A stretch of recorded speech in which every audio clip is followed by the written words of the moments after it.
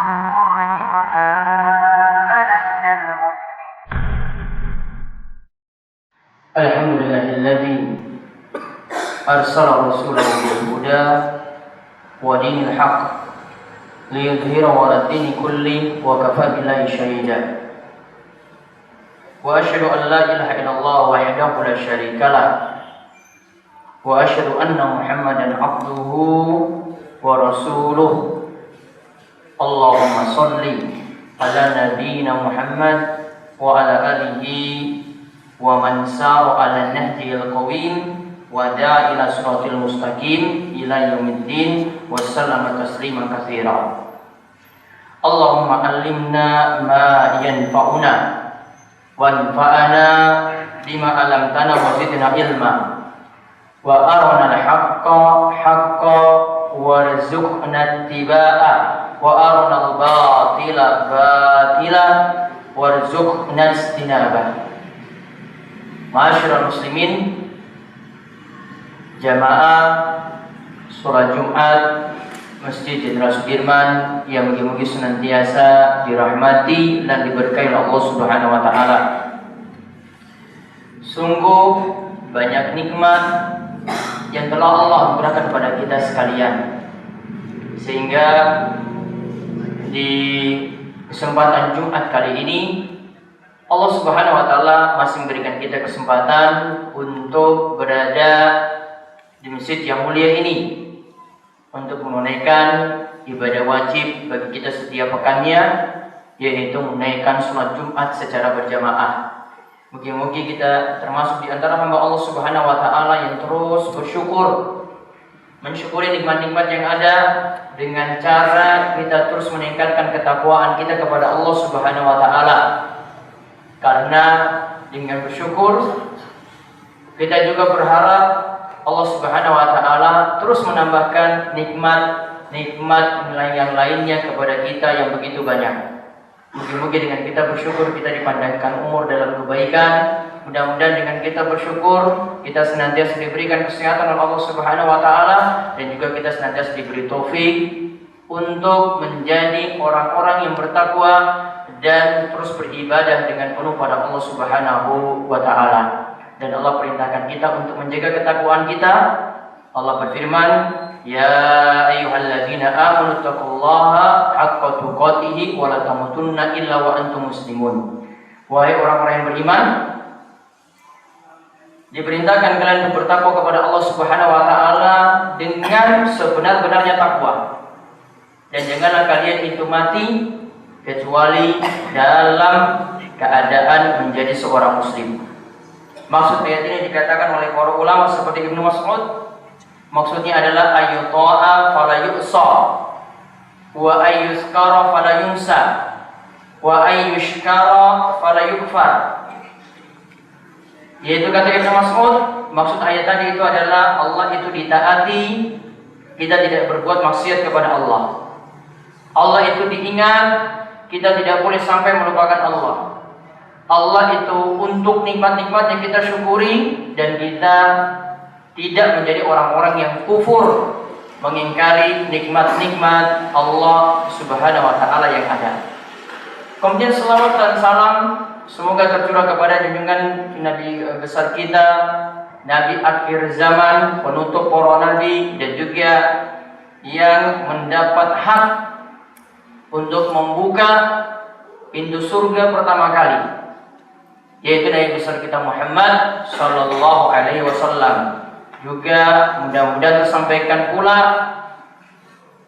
salam kepada para sahabat, juga kepada para tabi'in dan setiap orang yang mengikuti jejak mereka dengan baik hingga akhir zaman.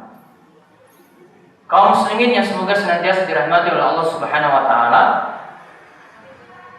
Allah telah mencirikan orang-orang beriman dan bertakwa sampai ini dinyatakan sebagai sifat-sifat yang membuat mereka mudah untuk masuk surga. Dan sekali lagi ini adalah ciri-ciri orang beriman dan bertakwa, yaitu yang pertama mampu menahan marah. Kemudian yang kedua mudah untuk memaafkan orang lain. Dalam Al-Quran surat Asy-Syura ayat ke-37, Allah berfirman, wa idza ma ghadibuhum yaghfirun. Dan ketika ia ingin marah pada orang lain, maka langsung berubah sifatnya, dia memaafkannya. Apabila mereka itu mau marah, maka akhirnya berubah jadinya memaafkan. Kemudian Allah Subhanahu wa taala juga ketika menyebutkan sifat-sifat orang beriman yang dijamin surga, Allah Subhanahu wa taala katakan dalam surat Ali Imran ayat 134, alladzina yunfikuna fis sarra'i wad dharra'i wal kadhimina al-ghaidha wal 'afina 'anil nas wallahu yuhibbul muhsinin. Yaitu mereka itu adalah orang yang rajin berinfak, baik dalam keadaan lapang maupun dalam keadaan susah. Kemudian mereka adalah orang-orang yang mudah menahan marah. Kemudian mereka juga adalah orang yang mudah memaafkan orang lain. Dan mereka berbuat baik kepada orang-orang yang ada, dan inilah yang Allah Subhanahu wa taala cintai. Ma'asyiral muslimin, jamaah salat Jumat yang mungkin senantiasa dirahmati oleh Allah Subhanahu wa taala. Dua sifat yang sangat baik kita miliki. Yang pertama, kita mudah untuk menahan marah. Yang kedua, kita mudah untuk memaafkan orang lain. Yang ingin kami singgung dalam khutbah kali ini yaitu tentang masalah bagaimanakah ketika kita ingin menahan marah.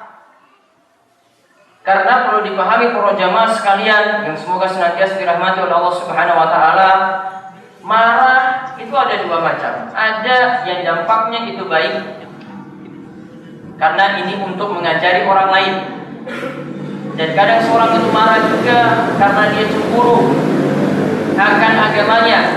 Ketika agamanya itu dinistakan misalnya, maka dia bisa timbul marah ketika itu. Namun kadang yang kedua, marah itu jadi berdampak jelek. Karena ketika suami marah kepada istrinya, ada sampai keluar kalimat-kalimat makian, kalimat-kalimat jelek, bahkan sampai keluar kalimat, saya ceraikan kamu saat ini juga. Atau dengan kalimat, baik, kita urus saja di pengadilan. Maka timbul kalimat semacam itu, tanda suami itu benar-benar emosi. Kadang ini juga terjadi kepada seorang guru pada murid-muridnya, bahkan ada yang marah itu berlebihan sampai menampar.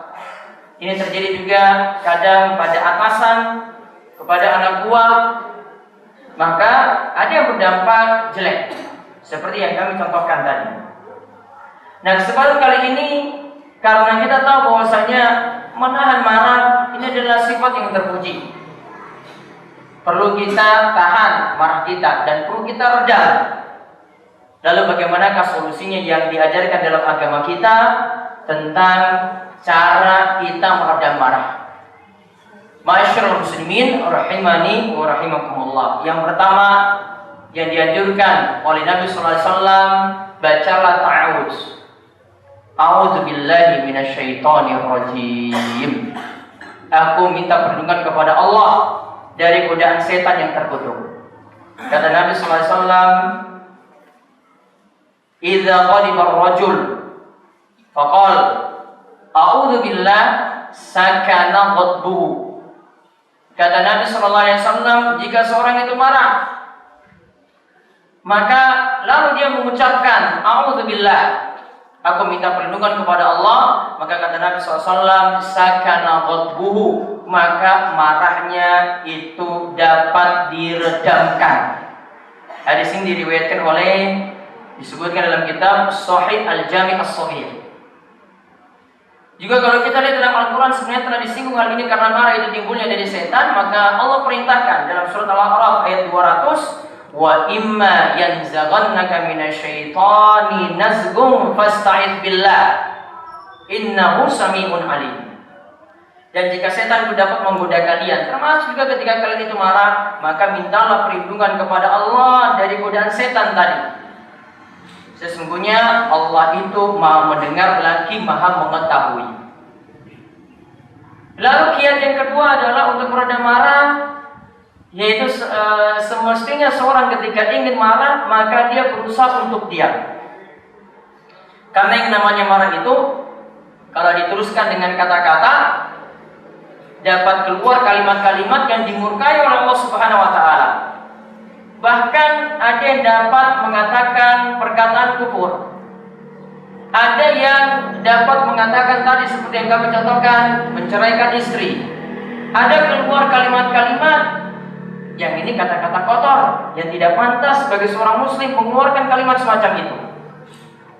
Nah, Nabi SAW ini menyebutkan, beliau bersabda, "Idza ghadiba ahadukum falyaskut." Kata Nabi SAW, jika salah seorang di antara kalian itu marah, falyaskut, maka diamlah. Jangan lanjutkan dengan kata-kata. Ingin emosinya naik, tahan diri. Karena kalau dilanjutkan, maka akan keluar kata-kata, akan keluar tindakan-tindakan, akan keluar tangan yang nanti bisa gerak dengan kasar, kaki juga bisa berbuat demikian. Maka kalau orang itu diam, tindakan-tindakan tadi tidak mungkin dilakukan. Kemudian kiat yang ketiga, ganti posisi. Lihat sabda Nabi SAW diriwayatkan oleh Imam Abu Daud berikut ini. "Idza ghadiba ahadukum wa huwa qa'imun falyajlis. Fa in dhaba anhu al-ghadab wa illa falyattaji." Kata Nabi SAW, jika salah seorang di antara kalian itu marah, maka kalau dia marah dalam keadaan posisi berdiri, maka duduklah. Maka sarankan pada orang yang marah itu, ayo duduk. Kemudian kalau itu sudah bisa redam, maka sudah berarti. Namun kalau masih timbul marah, maka sarankan kepada dia, falyattaji, berbaringlah. Maka ubah posisi dikatakan oleh Nabi SAW di sini. Dari posisi berdiri jadi duduk, dari posisi duduk itu diperintahkan untuk berbaring. Kemudian kiat yang keempat, ambillah air wudu. Lihat sabda Nabi SAW dari Uqayyah As-Sa'di radhiyallahu anhu, dia berkata, sesungguhnya amarah itu dari syaitan. Wa inna syaitana khuliqa minan nar, dan yang namanya syaitan itu diciptakan dari api. Wa inna ma tudfa'un naru bil ma, dan api itu dapat dipadamkan dengan air. Fa idza ghaliba ahadukum falyatawadda, jika salah seorang di antara kalian ingin marah, maka hendaklah dia itu berwudu. Ketika seorang itu marah, maka hendaklah dia itu berwudu. Hadis ini diriwayatkan oleh Abu Daud dan hadisnya adalah sanadnya hasan. Maka menunjukkan juga kita diperintahkan segera berwudu, karena sifat marah itu panasnya dari setan. Panasnya ini dapat diredamkan dengan air wudu.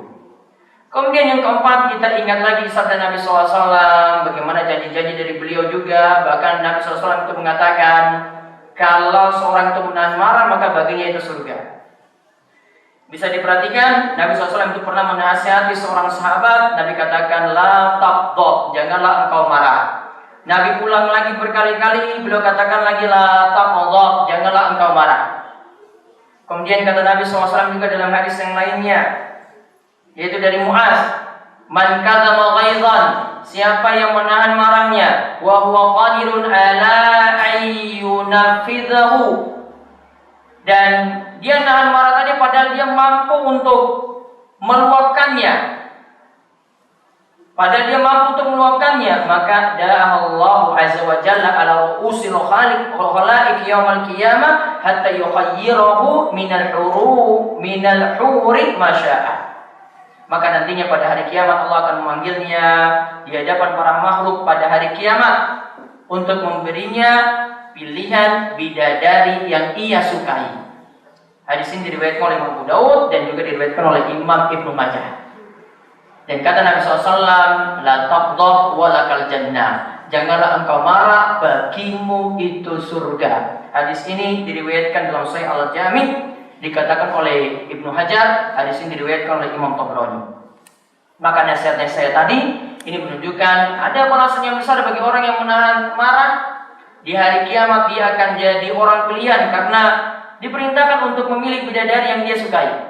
Kemudian Nabi juga SAW itu mengatakan, la taghdab wa lakal jannah. Janganlah engkau marah karena bagimu nantinya akan mendapatkan surga. Namun ini bukan berarti orang itu tidak boleh marah. Ada dalam kondisi tertentu untuk sifat yang mengajarkan pada anak didik, dia bisa dalam kondisi marah. Namun sifat yang paling baik tetap kita bersifat lemah lembut. Jadi ada beberapa kiat di sini. Yang pertama, kita berusaha ketika marah tadi membaca ta'awudz. Kemudian yang kedua diam. Yang ketiga itu berganti posisi dari berdiri jadi duduk, dari duduk jadi berbaring. Kemudian yang keempat mengambil air wudhu. Lalu kemudian kita ingat janji-janji dari Nabi SAW dan saran-saran dari beliau. Dan ingat janji-janji dari Nabi tadi. Orang yang berusaha menahan marah akan mendapatkan bidadari surga, yang juga baginya adalah jannah, baginya itu adalah surga. Wallahu a'lam bishawab. Demikian khutbah pertama ini. Aku qouli hadza wa astaghfirullah li wa lakum wa lisa'iril muslimin innahu huwas samiul alim.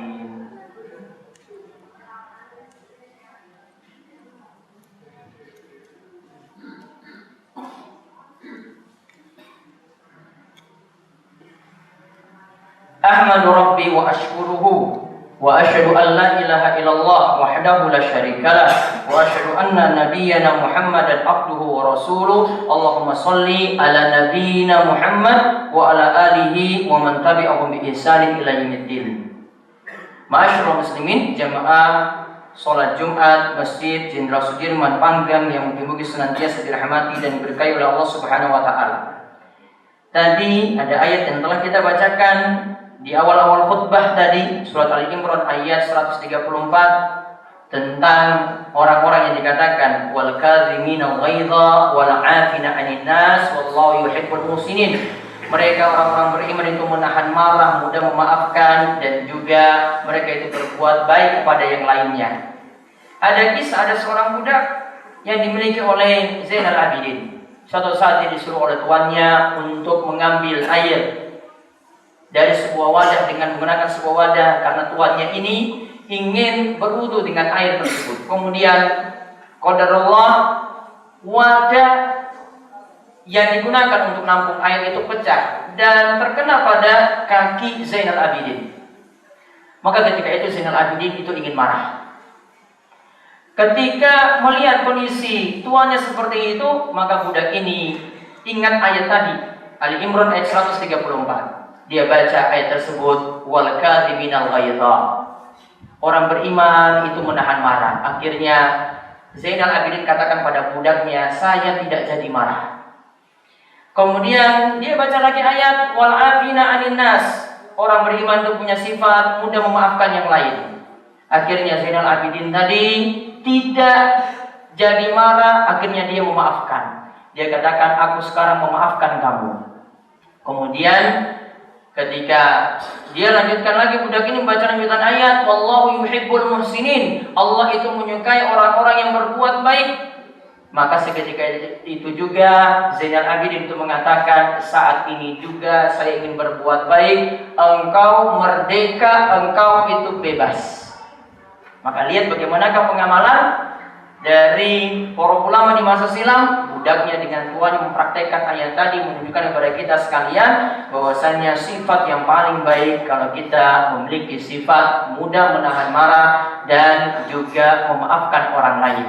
Dan ini tidak hanya jadi ritual setiap tahun yang kita miliki. Kadang-kadang kita cuma secara formalitas saja. Sekarang saya maafkan kamu. Sekarang kita halal bihalal. Sekarang aku dan kamu dosanya selesai. Ternyata sebagian kita cuma mengaku ini sebagai formalitas. Maka sifat yang paling baik, marah memang ditahan, dan juga kita berusaha untuk memaafkan orang lain lahir maupun batin. Tidak hanya secara formalitas, tidak hanya secara formalitas dalam acara syawalan ataupun halal bihalal.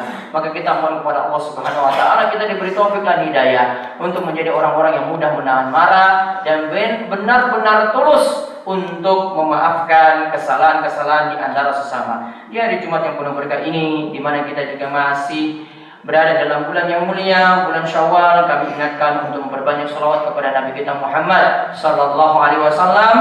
Siapa yang bersalawat kepada beliau sekali, maka Allah akan membalas salawat tadi sebanyak 10 kali. Dan di akhir khutbah ini nantinya kita juga berdoa pada Allah, mungkin doa kita diperkenankan oleh Allah Subhanahu wa taala.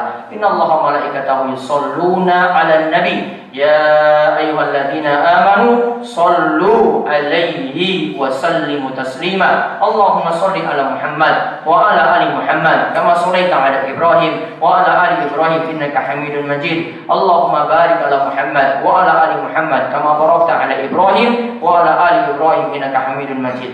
Allahumma ighfir lil muslimina wal muslimat wal mu'minina wal mu'minat al ahya'i minhum wal amwat innaka sami'un qaribun mujibud da'wah. Allahumma alif baina qulubina wa aslih dzata bainina wahdina subulas salam wa najjina minadh dhulumati ilan nur wa jannibna al fawahisha ma dhahara minha wa ma batan wa barik lana fi asma'ina wa absarina wa qulubina wa azwajina wa zurriyyatina wa tub 'alaina innaka antat tawwabur rahim waj'alna syakirina li ni'amika musnina bi 'alaik qabilina laha wa atimmaha 'alaina. Rabbana la tuzigh qulubana ba'da idh hadaytana wa hab lana min ladunka rahmah innaka antal wahhab. Allahumma ahsin aqibatana fil umuri kulliha wa ajirna min khizyid dunya wa adzabil akhirah. Rabbana atina fid dunya hasanah wa fil akhirati hasanah wa qina adzabannar. Wa sallallahu ala nabiyyina Muhammad wa ala alihi wa sahbihi wa man tabi'ahum bi ihsan ila yaumiddin wa akhiru da'wana alhamdulillahi rabbil alamin. Aqimus shalah.